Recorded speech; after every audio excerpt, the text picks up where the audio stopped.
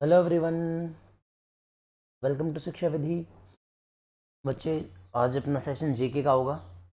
Thumbnail में आपने देख ही लिया होगा, यूएन का कंप्लीट पार्ट कवर कराऊंगा।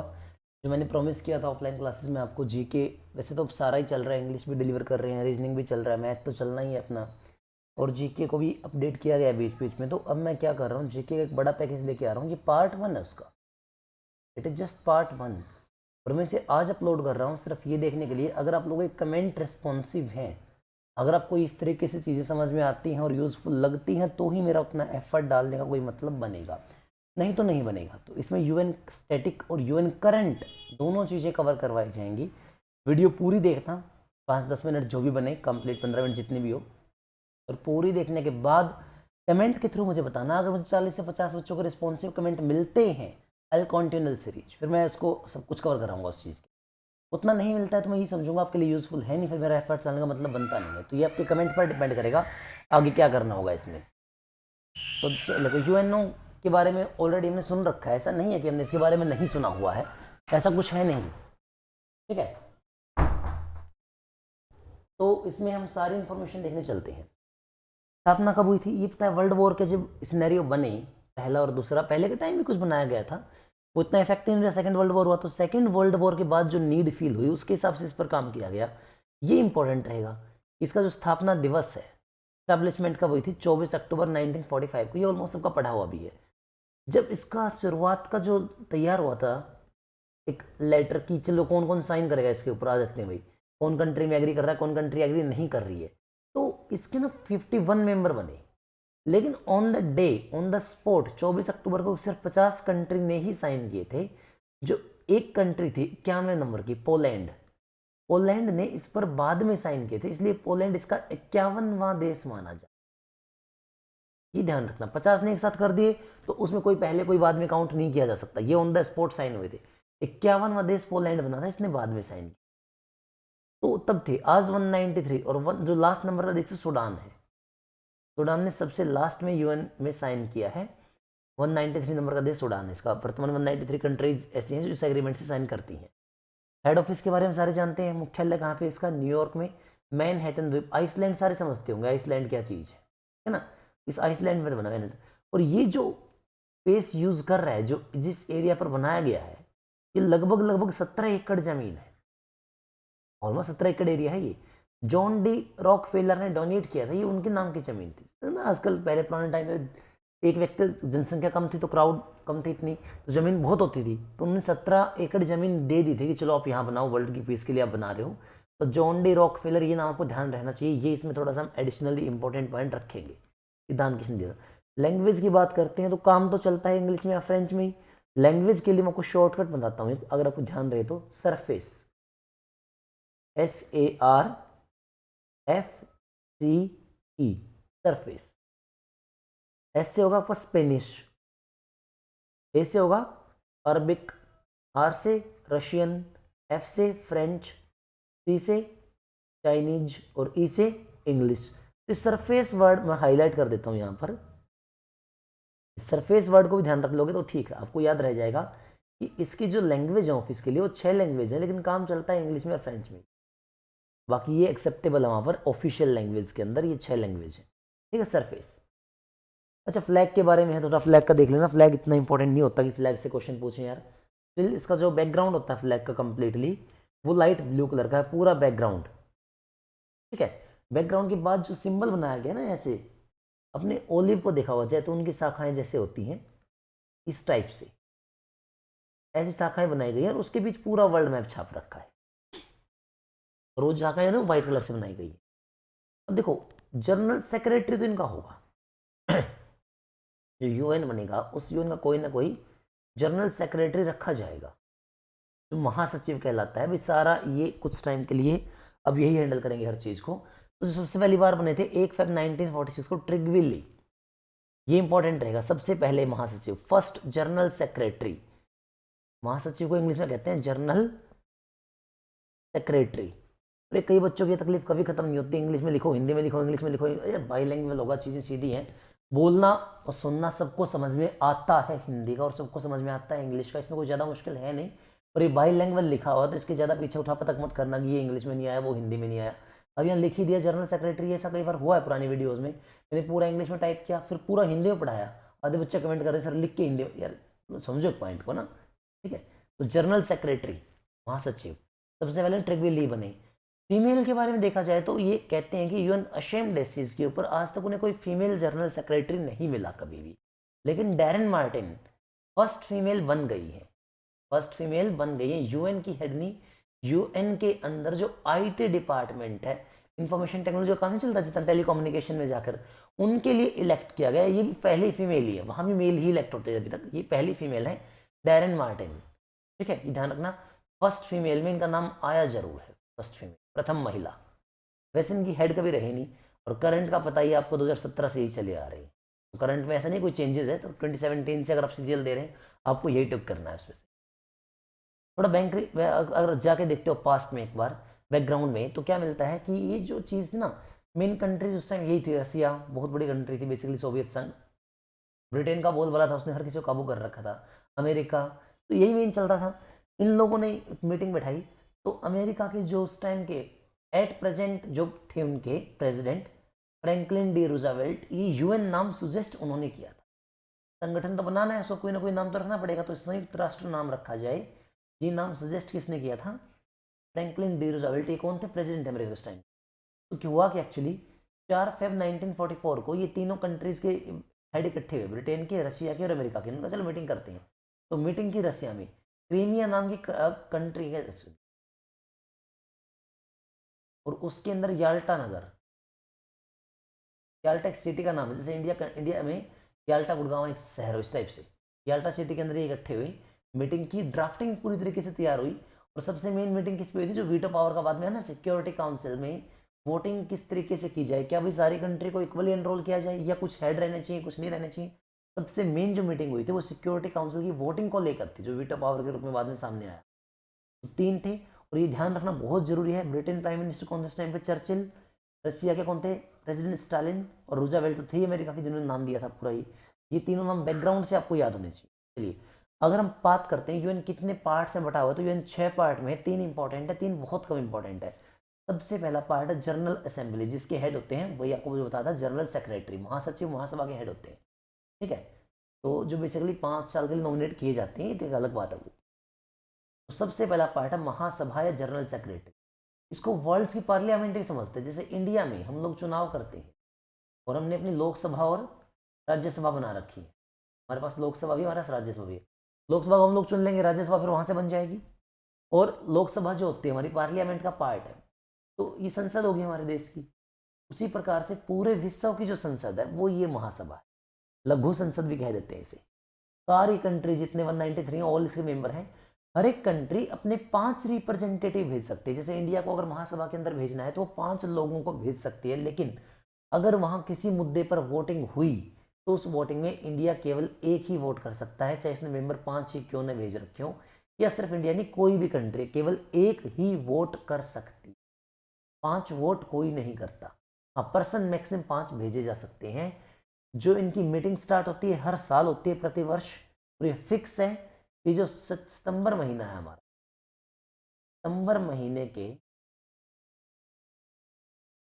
तीसरे मंगलवार से ही चलेगी, ये फिक्स है, चाहे वो किसी भी डेट पर क्यों ना आए, 3rd ट्यूसडे पर ही ये मीटिंग स्टार्ट होगी, जो दिसंबर मिड तक जाती है।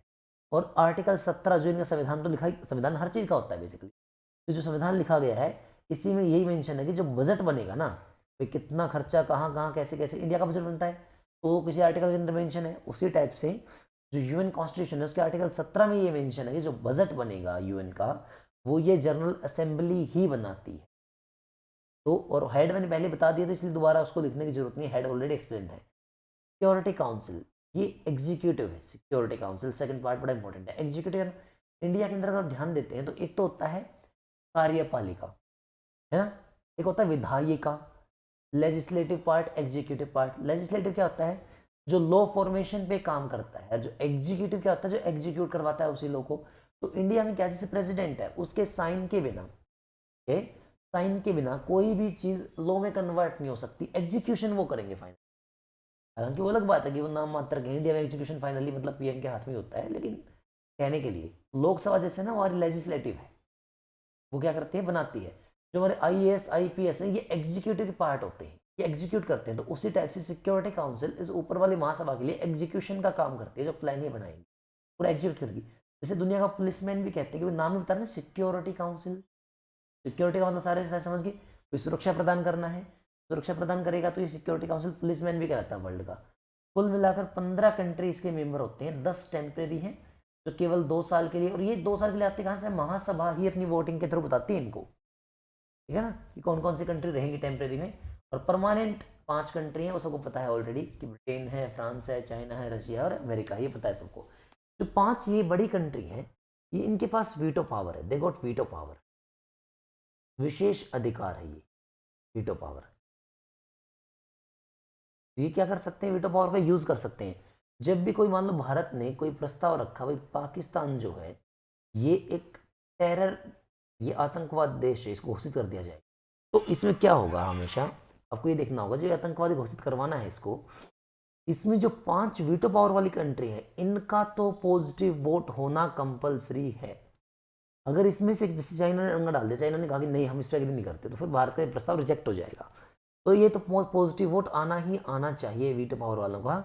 लेकिन कुल मिलाकर 9 कंट्री का पॉजिटिव वोट भी आना जरूरी है, ये भी एक देखने लायक बात है, कि अगर भारत के पक्ष में 5 पॉजिटिव कंट्री आ जाए, लेकिन कुल वोट भारत के पक्ष में 9 नहीं पड़े, तो भी प्रस्ताव पास नहीं हो पाएगा। तो 9 वोट रेजोल्यूशन के लिए उन्हें कंपलसरी है। वीटो पावर का मैक्सिमम यूज 123 बार किया है रशिया ने, और सेकंड नंबर पे सबसे ज़्यादा किया है यूएसए ने, अमेरिका ने, और सबसे पहली बार भी इसी ने किया था, बिल्कुल very first time veto power 1946 में रसिया ने ही यूज़ की थी, और उसके बाद वो अधिकतम बार यूज़ कर चुका है। चाइना ने काफ़ी किया है, फ्रांस सबसे कम है, फ्रांस ने खाली 16 बार ही वीटो पावर आजकल यूज़ किया, तीसरे नंबर पर ब्रिटेन है। तो होपफुली यहाँ तक ये क्लियर रहेगा सबको, यस और no, should be clear to all of you. और फिर कह रहा हूँ बच्चे, मैं मेरे एफर्ट्स वैल्यूएबल हैं या नहीं हैं, तो वो चीज़ें आपको एक बार कमेंट सेक्शन से ही बतानी पड़ेंगी, तभी ये सीरीज कंटिन्यू हो पाएगी। अब इकोनॉमिकल एंड सोशल काउंसिल है, आर्थिक और सामाजिक परिषद है, तो इसमें कुछ भी ऐसा नहीं, ये तीनों बेकार है, ऐसा लाइक इनसे क्वेश्चन नहीं आएगा कभी, बहुत कम चांस होता है यार। इसमें एक ही बात ध्यान देने वाली है, क्या होते हैं वो इंडेक्स वगैरह बना लिया, यूनिसेफ कर दिया, चलो आज खाली बैठे बैठे बैठे क्या करें, करना है कुछ काम वाली कहानी है इनकी, तो चलो रैंकिंग लेके आते हैं। भारत को बोल दिया कि हंगर इंडेक्स इतना बड़ा है भारत का, सारी कंट्री यहाँ से इंपोर्ट करवा रही हैं गेहूं को, और फिर कह रहे हैं कि यहाँ लोग भूखे मर रहे हैं, तो ये टाइम पास वाली चीज़ें हैं, ठीक है। Like economic and social council है, तो इसके कुल आज 54 मेंबर हैं। जब स्थापना हुई तब 18 मेंबर थे, बाद में 1966 में, अगर ये ईयर विजिबल नहीं है यहाँ 1966 में बढ़ाकर ये 27 हो गए थे, और 1973 में ये फाइनली 54 बन गए थे, जो आज भी है। इसकी जो मीटिंग होती है, हाँ कार्यकाल 3 साल चलेगा इसका, टर्म ऑफिस 3 साल की होती है, और जो मीटिंग है वो एक बार अप्रैल में होगी न्यूयॉर्क में, जुलाई में होगी जिनेवा, साल में 2 बार मीटिंग करते हैं, ट्वाइस मीटिंग होती है, 2 बार आओ चलो है ना, चाय पानी पीते हैं, समोसे खाते हैं, ऐसा करके मीटिंग करते हैं लोग। तो अप्रैल में और जुलाई में न्यूयॉर्क और जिनेवा के। जो मानवाधिकार आयोग आजकल उसे हटा दिया है, यूएन के अंडर चला गया डायरेक्टली, यूनिसेफ वगैरह सब इसी के पार्ट है। प्रन्यास परिषद या ट्रस्टीशिप, यही कुछ नहीं है, टाइम पास है। कई कंट्रीज ऐसी थी, अब तो लगभग ये खत्म ही हो गई है, पुराने टाइम में जो बना था, कई कंट्रीज ऐसी थी, जैसे आज़ाद तो हो गए हैं लेकिन स्टिल आज़ाद कर दिया उनको ब्रिटेन ने, लेकिन वो अभी भी ना इस लायक नहीं, विकास इतना है नहीं, अनडेवलप्ड फेज है, तो इस लायक स्टेज में है नहीं कि सब कुछ हैंडल कर सके अपने आप से। तो उनके लिए क्या किया गया कि एक एक 4 कंट्री के जो नाम पड़ रहे हैं, ऑस्ट्रेलिया, न्यूजीलैंड, अमेरिका और ब्रिटेन, इनको जिम्मेदारी दे देगी, आप फंडिंग करेंगे, ये विल प्रोवाइड फंड्स, आप फंडिंग करेंगे इनके लिए, तो ठीक है, वेलफेयर के लिए काम करो, इनका भला करो, इनको हैंडल करो, इनका ग्रोथ करवाओ, लूटो मत इनको, रिसोर्सेज मत लेके जाओ इनके, इस तरीके से ट्रस्ट वगैरह बनाकर। कुल 12 सदस्य हैं इसके अंदर, कुछ परमानेंट है कुछ नहीं है, इस टाइप से ये बेकार काम है। आजकल का रोल खत्म ही हो गया है। सेक्रेटेरिएट मतलब सीधी बात है, सचिवालय हर चीज़ का होता है, भारत का भी है केंद्रीय सचिवालय, हर चीज़ का होता है, इनका मेन काम वही होता है, जो डेली रूटीन वर्क है सारे ये उसी को ऑप्ट करवाते हैं कंप्लीटली। और महासचिव जो होते हैं सचिवालय के पहले बता ही दिए गए, तो कोई चक्कर है नहीं उसका। Again international court is important, ठीक है, यहाँ से क्वेश्चन आता है। इंटरनेशनल कोर्ट देखो ये कहाँ बना, नीदरलैंड के अंदर है ना, कहाँ है, नीदरलैंड में हेग जगह है जहाँ पे इनका हेड ऑफिस ट्रेवल किया। 3 अप्रैल 1946 डेट को याद रखना, ये इंपॉर्टेंट डेट रहेगी आपकी। मैं थोड़ा सा कलर चेंज कर लेता हूँ हाईलाइट करने का, होपफुली ये ज़्यादा अच्छा है। तो ये ये और भी गंदा हो गया क्या, ये क्या मेरी कलर चॉइस इतनी खराब क्यों ड्राइंग में, मुझे को पता नहीं चलता, येलो से ही कर देते हैं। 3 अप्रैल 1946 ये इसकी स्थापना हुई थी इंटरनेशनल कोर्ट की। कुल मिलाकर भाई देखना, इसमें 15 जज होते हैं, समझने की पॉइंट को, कुल मिलाकर इसमें 15 जज होते हैं। और जो टेन्योर होता है वो 9 साल का होता है, टेन्योर 9 साल का है, लेकिन कुछ टाइम बाद जजेस को हटाते रहेंगे 6-6 साल में, फिर उनको रीअपॉइंट किया जाता है ब्रेक दे देकर। जो चीफ जस्टिस होता है, CGI, chief justice of international court, वो भी ये लोग अपने में से ही अपॉइंट करते हैं 3 वर्ष के। सीजीआई का कार्यकाल 3 वर्ष का होता है, जो 15 है उन्हीं में से ये लोग अपॉइंट करेंगे, ठीक है। कुल कार्यकाल 9 वर्ष का होगा। इसने जो संविधान बनाया, खुद के लिए संविधि बनाई है कि हम किस किस कानून को फॉलो करेंगे। 5 भाग हैं उसके अंदर, 5 चैप्टर है बेसिकली उसके अंदर, और 70 आर्टिकल है, 70 अनुच्छेद है उसमें कुल। ये आपको ध्यान रखना चाहिए। लैंग्वेज वही है, फ्रेंच और इंग्लिश ऑफिशियली एक्सेप्टेड है। जो कोरम के लिए, नहीं कोरम क्या था, मीटिंग के लिए, भाई कम से कम कितने जज चले, कोई केस चला गया, जैसे भारत और पाकिस्तान का केस मुद्दा पीछे चला गया था सरबजीत वाला, तो कितने जज अगर ना हो तो सुनवाई नहीं होगी। सुनवाई के लिए मिनिमम कितने होने चाहिए, 9 तो होने चाहिए, फैसला तभी दिया जाएगा।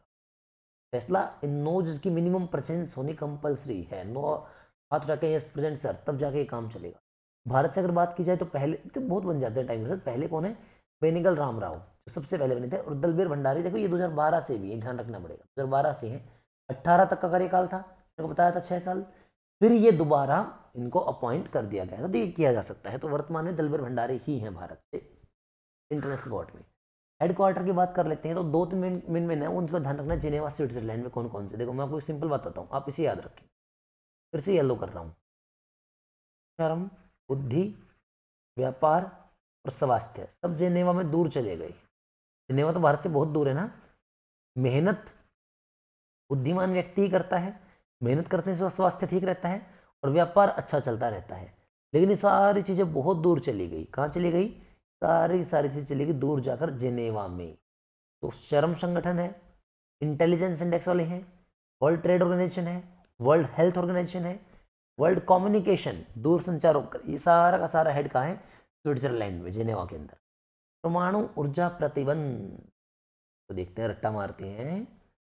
परमाणु ऊर्जा और प्रतिबंध के साथ साथ जो विकास है औद्योगिकी का, वो कहाँ होता है, वियना में, ऑस्ट्रेलिया में होता है।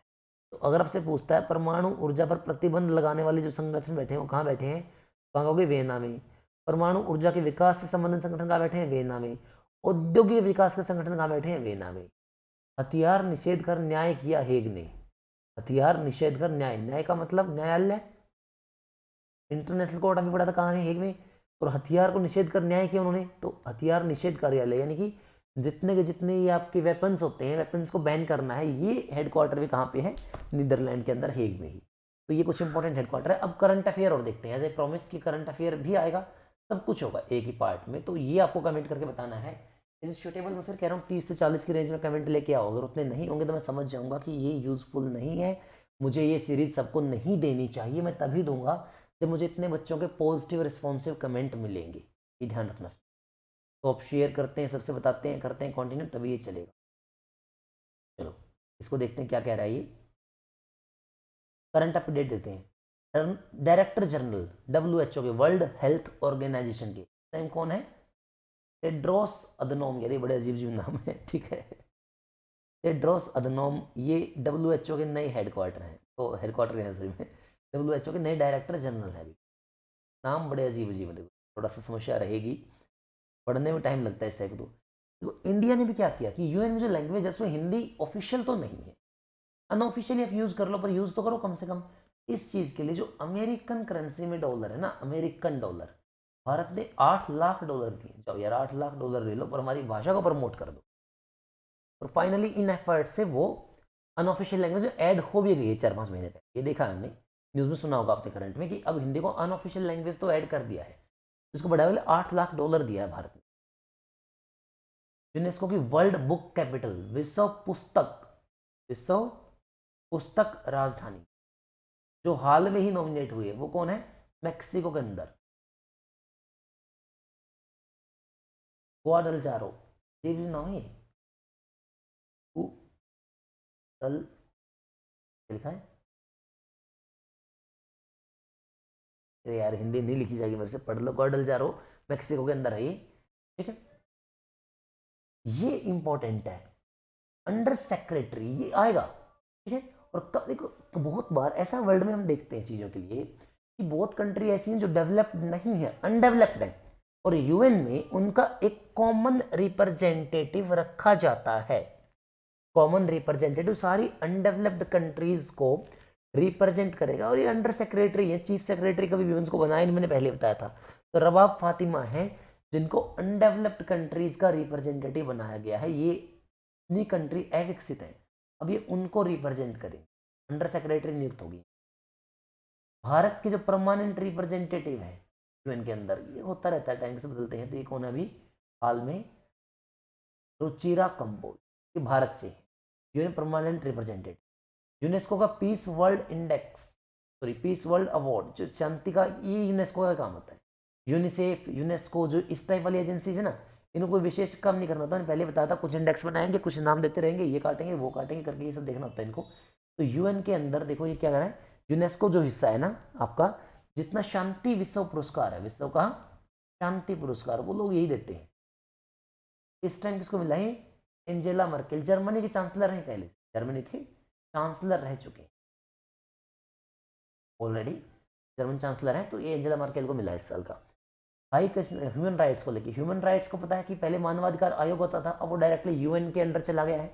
जब से वो यूएन के अंडर गया है, अब ऑब्वियसली बात होगी कोई ना कोई हाई कमिश्नर भी नियुक्त होते हैं। तो अब कौन है, वोल्कर तुर्क, ये फिलहाल किसके हाई कमिश्नर है, ह्यूमन राइट्स के। ये बहुत इंपॉर्टेंट है, ये रिसेंट, सारे रिसेंट अपॉइंटेड है, पास से मत जोड़ना इनको, they all are recently appointed. WHO का जो डीजी आपने देखा अभी, उसके बारे में बात आई थी, कौन थे वो, टेड्रोस अदनोम, इन्होंने ग्लोबल हेल्थ लीडर अवार्ड दिया है। और ये भारत के लिए प्राउड मोमेंट है कि भारत के जो आशा वर्कर हैं, ये इनको दिया गया है। जो गांव गांव में आशा वर्कर, बीजेपी ने गवर्नमेंट फैलाई आने के बाद इसके भी, यार गांव के अंदर जो खासकर फीमेल्स को लेके इश्यूज है ना, हेल्थ के, उनको लेके जो इश्यूज है वो डील करने चाहिए, तो आशा वर्कर का कंसेप्ट इन्होंने लॉन्च किया। Primary health worker, primary health care centre के अंदर काम करवाए गए इनसे, इन्होंने अवेयरनेस फैलाई, कॉमन चीज़ें मेडिसिन सब तक पहुंचाई, ह्यूमन प्रेगनेंसी के अंदर काफ़ी अच्छे काम किए, और आशा वर्कर को फाइनली अब ग्लोबल हेल्थ वर्ल्ड लीडर का अवार्ड दिया गया है, पूरे विश्व में इनकी पहचान हुई है। और दोस्तों जो पहले इंडियन है, बिल्कुल पहले इंडियन, यूएन ने क्या माना है, एसडीजी पॉइनर माना है, एसडीजी पॉइनर पूरे विश्व के लिए, वो कौन है, रामकृष्ण मुक्कावली। रामकृष्ण याद रख लो, बहुत ऑप्शन एलिमिनेट हो जाएगा, रामकृष्ण, राम और कृष्ण कॉम्बिनेशन, अब इसको पूरे विश्व ने स्वीकार कर लिया, ऐसे याद रख लो, पूरे विश्व ने, पहले भारतीय हैं राम और कृष्ण, ऐसे याद रख लो, ठीक है। गुडविल एम्बेसडर, ये भी यूनिसेफ का काम है, बताते यूनिसेफ है, यूनेस्को, ये करते क्या है भाई, उन्होंने गुडविल एम्बेसडर ढूंढ लिया खुद का। ये कौन है, वेनेसा नकाते, युगांडा से हैं, ये युगांडा के क्लाइमेटोलॉजिस्ट हैं, जलवायु विज्ञान के अंदर काम करते हैं, ध्यान रखना। वेनेसा नकाते, ये जलवायु के ऊपर काम कर रहे हैं युगांडा में। Uganda all the best movie के अंदर आता है ना, युगांडा पहुंच गए वहां पे चलते चलते ही। तो ये वेनेस नकाते का है जो ब्रांड एम्बेसडर बनाए गए यूनिसेफ के द्वारा। इंडिया के फर्स्ट है यूएनडीपी के अंदर, ये वही है फिर यूनाइटेड नेशन का डेवलपमेंट प्रोग्राम जो है, यूथ क्लाइमेट चैंपियन, पहले भारतीय कौन है, प्रजक्ता कोलिक, बहुत इंपॉर्टेंट है, ये आएगा। जो नए परमानेंट रिप्रेजेंटेटिव है यूएन कॉन्फ्रेंस के, वो कौन है, अनुपम रॉय, ठीक है। वर्ल्ड हेल्थ ऑर्गेनाइजेशन में तंबाकू निषेध दिवस तो मनाया जाता है, ये सबको पता है, ये भूल गए इसको। तंबाकू निषेध दिवस कब मनाया जाता है, 31 मई को, ये एक तो ये ध्यान रखना भाई, तंबाकू निषेध दिवस है विश्व का, 31 मई को सेलिब्रेट किया जाता है। 1987 में ये रेजोल्यूशन पहली बार पास हुआ था, 1987 में, तब से मनाया जा रहा है, और 31 मई को हर दिन सेलिब्रेट किया जाता है। तंबाकू निषेध दिवस के लिए जो इनाम दिया जाता है, वो इनाम इस बार दिया गया है आपको, इसको दिया गया है झारखंड को, इंडिया से, वेरी इंपॉर्टेंट। अच्छा, यूएन के अंदर वर्ल्ड समिट हुआ, तो उसके अंदर बेस्ट प्रेजेंटेशन दिया गया, बेस्ट प्रेजेंटेशन का जो अवार्ड मिला है वो किसको गया है, मेघालय को, उन्होंने काफ़ी अच्छा प्रेजेंटेशन दिया है। एसडीजी में चेंज मेकर जो यूएन के अंदर बने, सृष्टि बख्शी, ये भी भारत से है, ये भारत के, और ध्यान रखना है, ये भारत के जो महिला विकास कार्यक्रम होते हैं ना, महिलाओं के लिए महिला विकास कार्यक्रम के एक्टिविस्ट हैं ऑलरेडी, विमेंस के डेवलपमेंट के लिए काफ़ी अच्छे कार्य कर रहे हैं ये, तो इनको चेंज मेकर का रोल दिया गया है सृष्टि। यूनेस्को में global networking of learning cities, जो काफ़ी शहर ऐसे होते हैं काफ़ी अच्छे अच्छे इनोवेटिव काम कर रहे हैं, तो भारत से ऐसी पहली सिटीज़ आ गई हैं, पहले नहीं थी अब आ गई हैं। केरला से और तेलंगाना से। केरला से त्रिशूर और नीलाम्बूर, और तेलंगाना से वारंगल। वारंगल में जो काकतीय वंश है उसके बारे में पढ़ते हो हिस्ट्री में आप, तो वारंगल। ये लर्निंग सिटीज के अंदर एनरोल किए गए हैं। तो ये आज का करंट प्लस स्टैटिक का पोर्शन है। रात में 10 बजे लाइव आना मत भूलना आपकी डे 5 सीरीज के लिए। वहाँ आपको जीके मिलेगी, वहाँ आपको रीजनिंग मिलेगी, वहाँ आपको इंग्लिश मिलेगी, वहाँ आपको क्वांट मिलेगा, कंप्लीट टीयर 1 पैकेज। और अभी आपका जीके का ये सेगमेंट मैंने पढ़ाया लास्ट टाइम। जेंटल रिमाइंडर है बेटा सबको, कमेंट के थ्रू ये बता देना कि सेशन कंटिन्यू करना चाहिए या नहीं करना चाहिए। काफ़ी एफर्ट्स लगते हैं डाटा कलेक्ट करने में। ऑलरेडी मैथ पे, रीजनिंग पे काम चल रहा है, इंग्लिश पे काम चल रहा है, जीके में इतना सारा काम करना इतना आसान नहीं होगा। तो अगर एफर्ट्स यूजफुल नहीं है, व्यूज़ नहीं है, देखना आपको है नहीं, तो प्लीज़ मेरा काम का टाइम वेस्ट मत करवाना। तो कमेंट के थ्रू मुझे बता देना ये भाई। All the best to all of you, thanks for watching.